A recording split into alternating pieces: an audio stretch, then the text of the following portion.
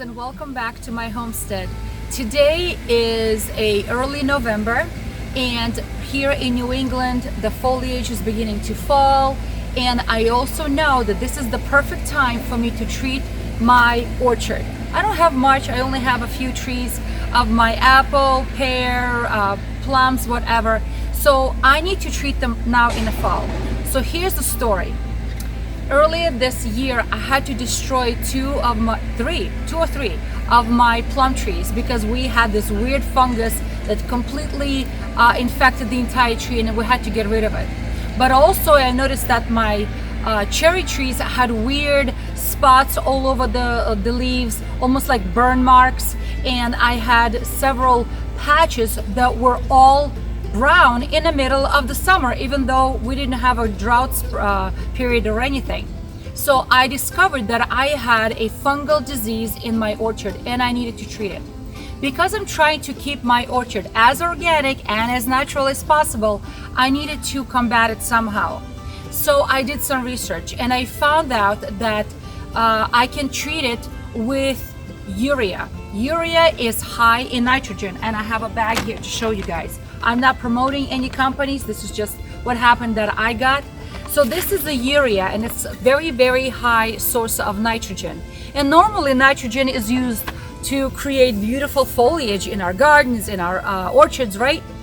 However, did you know that if you use high concentration of urea, that can act as a natural fungicide and a pesticide?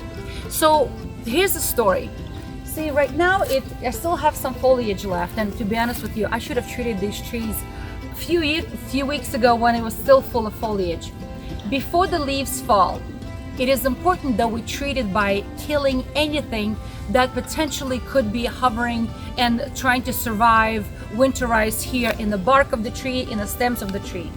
The fungus, the spores of fungus, the bugs that are not wanted bugs, those who lay eggs and trying to survive over the winter. So I'm going to be using nitrogen, this high concentration of nitrogen that I'm going to spray on the foliage, on the branches, on the trunk of the tree, and this will kill anything that tries to survive the winter.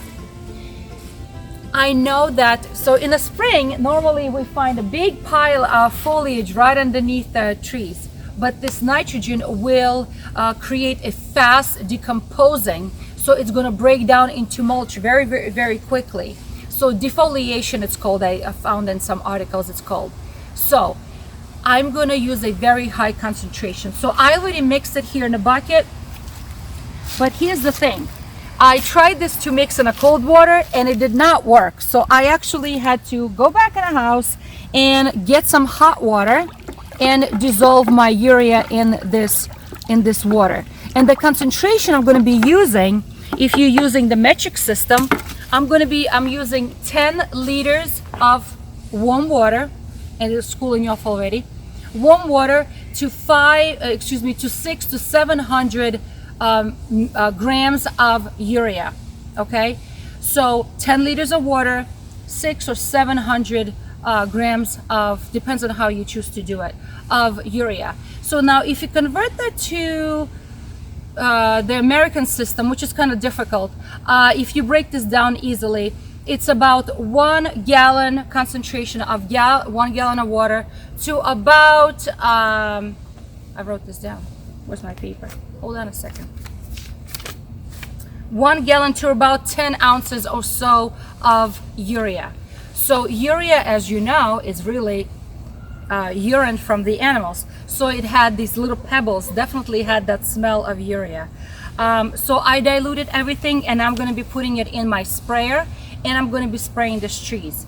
I know I cannot reach the top of the trees, and I don't have any kind of special equipment, so don't laugh at me, but I'm going to ask my husband to lift me up in the bucket of his tractor, and that's how I'm going to spray the trees. So don't tell anybody if I fall down and injure myself how it happened, okay, because it's going to be embarrassing.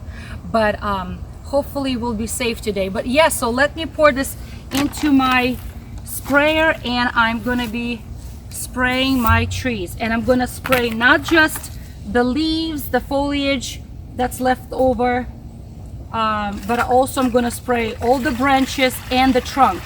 as well as I'm going to try to spray a little bit of soil around the trunk, because a lot of bugs like to hide their eggs underneath the tree, and it's still quite warm underneath the trunk. All right, I'm going to leave some space so I can pump some pressure.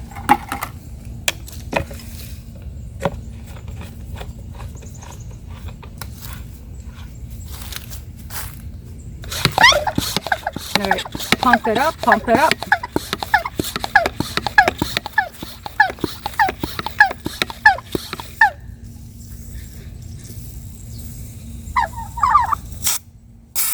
Oh, I'm losing pressure. All right, let's see if this works.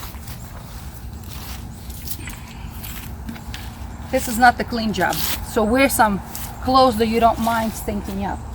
All right, let me see if I can spray this. Yeah, it's spraying. So I'm going to be spraying all of my branches, okay, and the trunk, and I'm going to try to get to the top as well. I'm going to try to get as much as I can.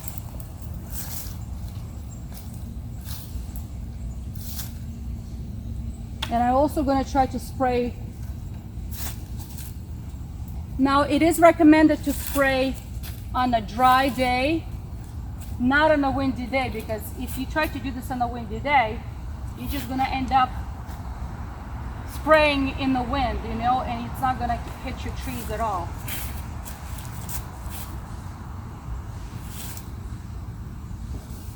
I'm going to spray the trunk, and I'm going to spray around. There's a lot of foliage already on the ground, and this is going to help to combat anything that might be burrowed itself into the soil as well.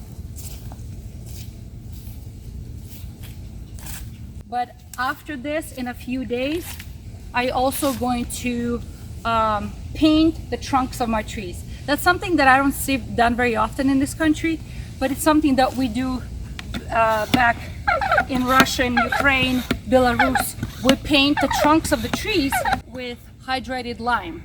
We make this paint, and we use hydrated lime to paint the trunk of the trees as well. And maybe I should do a video about that as well. All right, so I'm gonna keep spraying.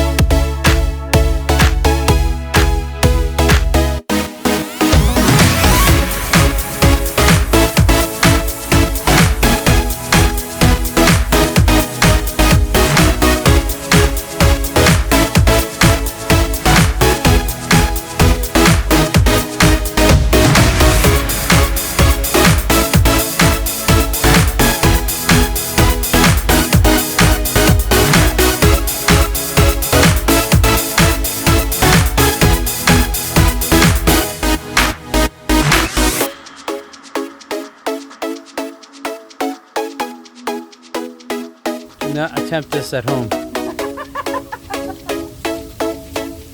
We are trained professionals.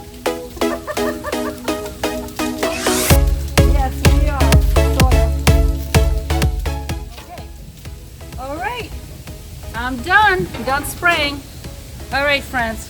You don't have to do this from the bucket of the tractor. You can buy really long extensions for the sprayers or use a ladder. That probably will be a little safer than the bucket.